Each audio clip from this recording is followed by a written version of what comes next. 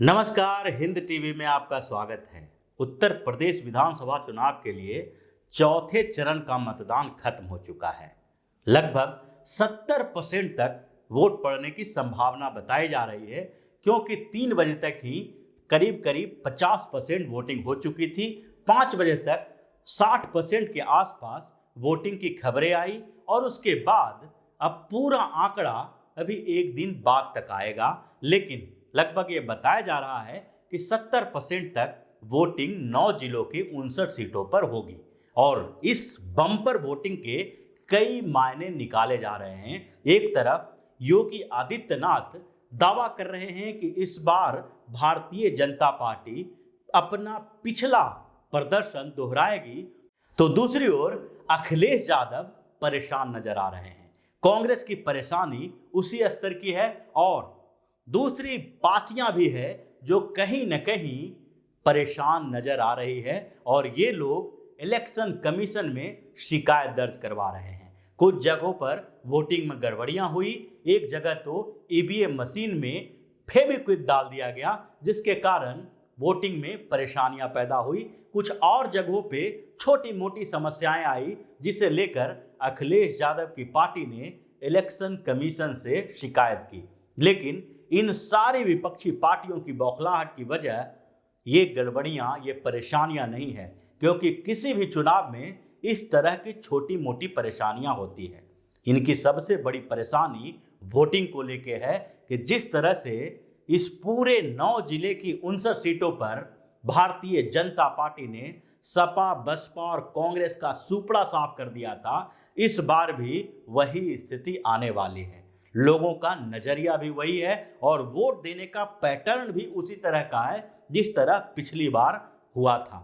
और इसीलिए ये माना जा रहा है कि जिस तरह से 59 सीटों में से 50 सीट भारतीय जनता पार्टी जीत कर आई थी और एक सीट उसकी सहयोगी पार्टी अनुप्रिया पटेल की अपना दल ने जीता था, उसी तरह से इस बार भी 50 का आंकड़ा भारतीय जनता पार्टी पार करेगी, क्योंकि जिन 9 जिलों में चुनाव हुए हैं उन 9 जिलों के आसपास में जो स्थितियां पैदा हुई थी वो सामने में दिखाई पड़ रहा था।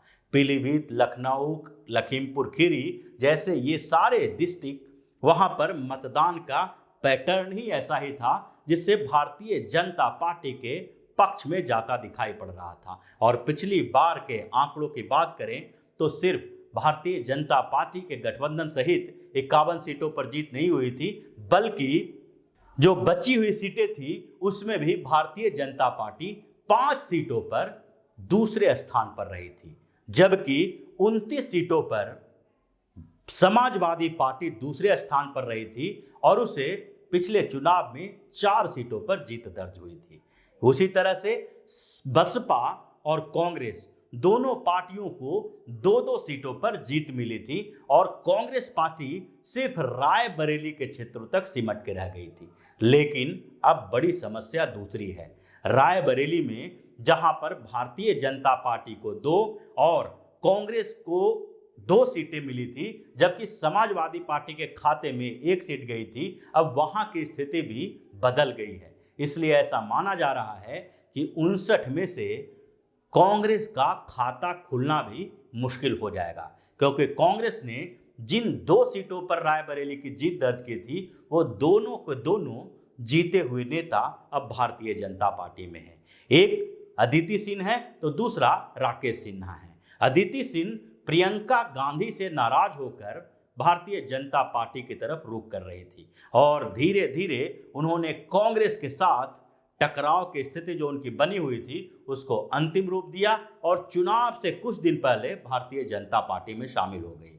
इसी तरह से राकेश सिन्हा भी जो पिछली बार कांग्रेस के टिकट पर जीत दर्ज किए थे वो भी भारतीय जनता पार्टी में शामिल हो गए और रायबरेली की उन दोनों सीटों से इन दोनों उम्मीदवारों को भारतीय जनता पार्टी ने इस बार मैदान में उतारा है। इसलिए ऐसा माना जा रहा है कि 5 सीटें जो रायबरेली की है उसमें से इस बार कांग्रेस के लिए मुश्किल 1 भी सीट जीतना हो गया है और इसलिए सोनिया गांधी, राहुल गांधी, प्रियंका गांधी सारे लोग फैमिली के इस पुराने गढ़ को बचाने में जुटे हुए थे। इन लोगों का लग रहा था कि एक भी सीट अगर रायबरेली से नहीं आई तो अगली बार जब लोकसभा का चुनाव होगा तो उस समय सोनिया गांधी को चुनाव लड़ना हो या ना हो, उस सीट पर चाहे तो राहुल गांधी लड़ेंगे या तो प्रियंका गांधी लड़ेंगी। इन दोनों के लिए उसी तरह की मुश्किलें होगी जिस तरह से पिछले लोकसभा चुनाव में अमेठी की सीट से राहुल गांधी को ही, और राहुल गांधी अमेठी की सीट हार गए जहां से परंपरागत तरीके से कांग्रेस की जीत हुई थी। तो ये पूरी स्थितियां कांग्रेस, सपा और बसपा तीनों पार्टियों के लिए बहुत मुश्किल होगा, क्योंकि जिस तरीके से 59 सीटों पर समीकरण बनते बिगड़ते रहे उसमें भारतीय जनता पार्टी हर जगह पर आगे दिखाई पड़ी है। पहले तो इन क्षेत्रों का एक बड़ा मुद्दा बनाने की कोशिश की गई कि आवारा पशुओं की समस्या के कारण यहाँ के लोग भारतीय जनता पार्टी से काफी नाराज हैं। लेकिन धीरे धीरे जब चुनाव का समय नजदीक आया तो कुछ भारतीय जनता पार्टी की तरफ से प्रॉमिस किए गए और कुछ अखिलेश यादव के उन पुराने वादों को याद दिलाए गए।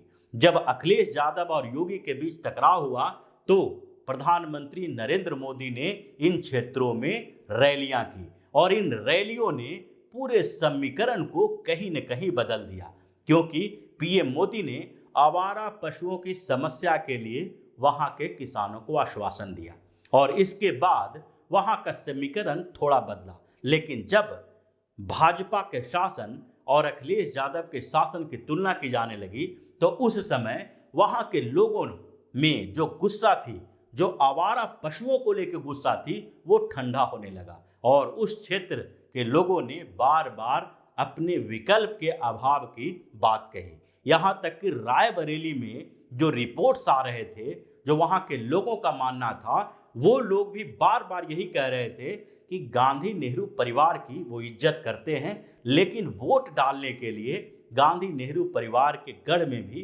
कांग्रेस सही विकल्प नहीं है। अगर वो कांग्रेस को वोट देते हैं इसका मतलब है कि कहीं न कहीं समाजवादी पार्टी को जिताने की कोशिश करेंगे। और इन सारी परिस्थितियों के बीच अब ऐसा लगने लगा है कि न तो कांग्रेस, सपा और बसपा के साथ बहुमत जाती दिख रही है और न ही दूसरी जो इनकी सहयोगी पार्टियां हैं उनको बड़ा वोट मिल रहा है। इन सारे क्षेत्रों में भारतीय जनता पार्टी अपना पुराना प्रदर्शन दोहराती नजर आ रही है। तो इसी तरह की खबरों के साथ फिर से हाजिर होंगे। तब तक के लिए बने रहिए हमारे साथ और देते रहिए हमें सहयोग, ताकि इसी तरह की खबर हम आपके लिए लाते रहें। धन्यवाद। अगर आपको हमारा वीडियो पसंद आया हो तो इसे लाइक करें, इस चैनल को सब्सक्राइब करें और हाँ, बेल आइकन भी दबाएं ताकि आप तक हमारे वीडियो की नोटिफिकेशन पहुंचते रहें। हमसे जुड़े रहने के लिए अपने सुझाव हमें कमेंट बॉक्स में देते रहें। हमें आपके सुझाव का इंतजार रहेगा। हमारे साथ जुड़ने के लिए धन्यवाद।